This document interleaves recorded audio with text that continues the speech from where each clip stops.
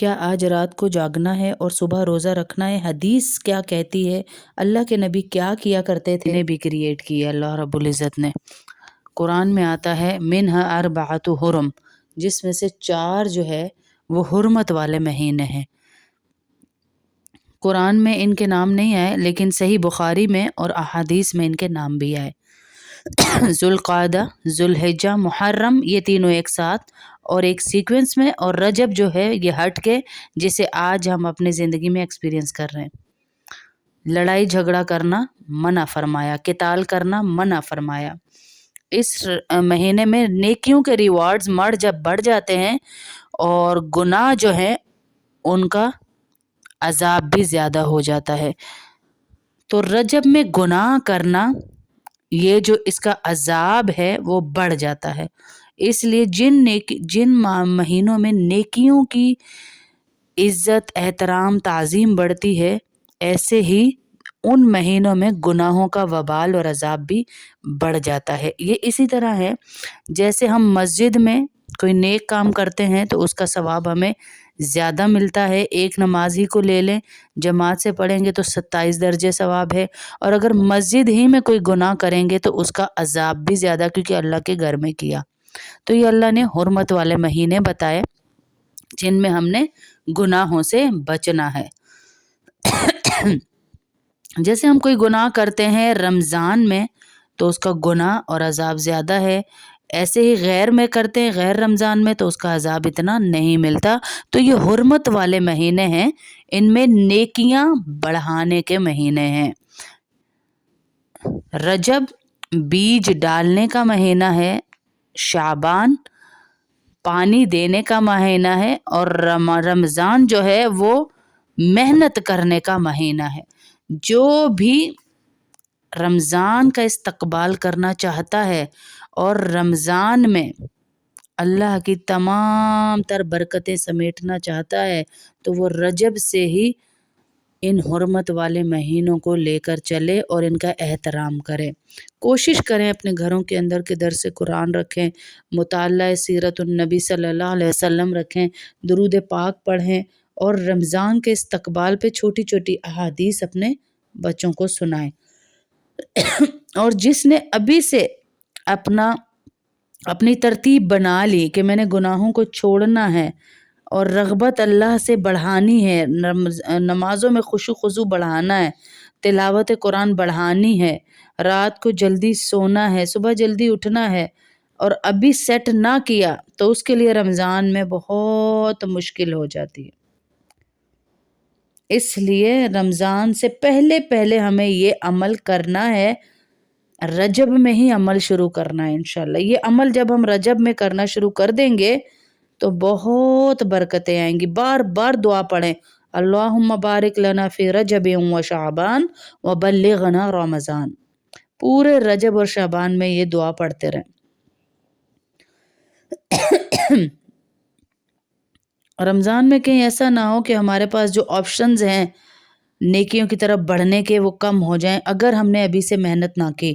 اور جو بدعات ہیں ابھی رمضان کے مہینے سے پہلے رجب میں اور شعبان میں، 27 رجب کو جو سفر معراج کے نام پر بدعات کی جا رہی ہیں، بہت سارے سوال آ رہے ہیں کہ رمضان یہ جو روزہ ہے رجب کا اور عبادات ہیں وہ کون سی ہیں خاص عبادت، اور کیا رات کو جاگنا جو ہے اس کی بہت فضیلت ہے؟ تو رات کو جاگنے کی فضیلت تو پورا مہینہ ہے، پورا سال ہے، پوری زندگی ہے۔ تہجد کے بارے میں اللہ رب العزت نے فرمایا رمضان میں اور بڑھ جاتی ہے، لیکن کسی بھی صحیح حدیث میں رجب کے مہینے میں جاگنا ثابت نہیں ہے، اور نہ ہی 27 رجب کا روزہ۔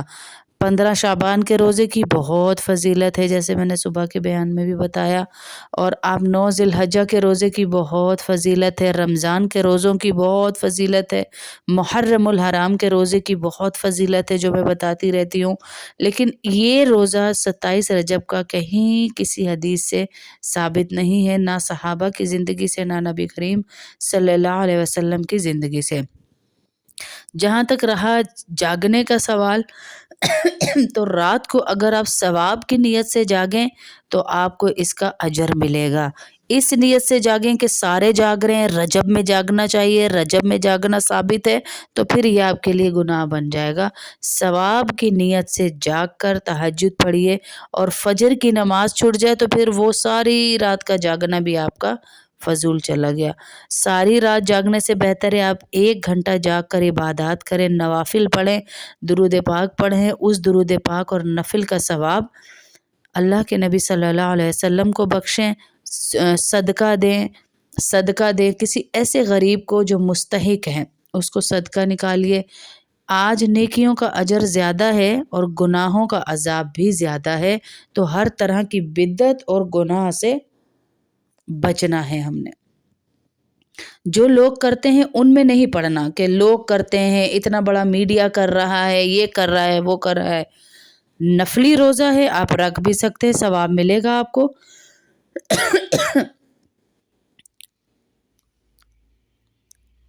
اس مہینے میں بھی آپ کو ثواب ملے گا. اگر آپ ہر ماہ میں پیر اور جمعرات کا روزہ رکھتے ہیں تو آپ ابھی بھی رکھیں. ویسے بھی نفلی روزہ رکھ سکتے ہیں، نفلی روزے کی نیت کر کے آپ کو بہت اجر ملتا ہے. نفلی روزے کا آپ کے لیے صدقہ جاریہ بنے گا. جب مومن کی فرض نمازوں میں کوئی کمی رہ جاتی ہے تو نفل نمازیں بھی تولی جاتی ہیں، ناپی جاتی ہیں. تو نفل نماز بھی پڑھیے، زیادہ سے زیادہ توبہ کی، استغفار کی نماز پڑھیے، زیادہ سے زیادہ صلاۃ الحاجت پڑھیے، زیادہ سے زیادہ، اور درود پاک کی کثرت کریں. سب سے زیادہ درود پاک کی کثرت کریں.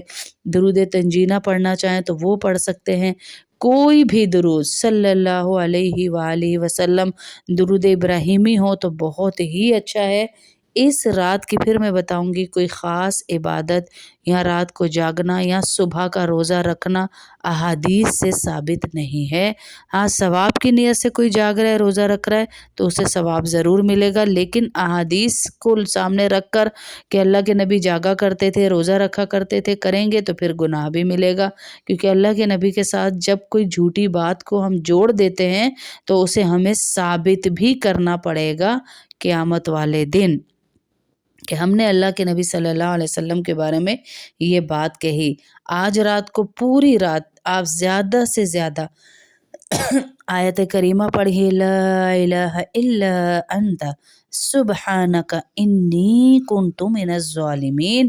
جتنی دفعہ پڑھ سکتے ہیں اس کو پڑھیں، اور اہدنا الصراط المستقیم پڑھ کر اپنے والدین کو، اپنے بچوں کو، اپنے شوہروں کو ہدیہ کریں کہ یا اللہ ان کو اور ہم سب کو سیدھی راہ دکھا، سیدھی راہ دکھا، وہ راہ جس سے تو راضی ہو جائے، نہ کہ وہ راہ جو دنیا والے کر رہے ہیں، میڈیا کر رہا ہے، مسجد والے کر رہے ہیں، مدرسوں والے، گلیوں والے، محلوں والے. اس کے پیچھے نہیں چلنا کہ محلے والے کیا کہیں گے، دنیا والے کیا کہیں گے. میری دادی کرتی تھی، میری نانی کرتی تھی. قرآن نے جتنا جیسا جہاں حکم دیا ہمیں اتنا ہی کرنا ہے. کسی بدعت میں ہمیں نہیں پڑنا.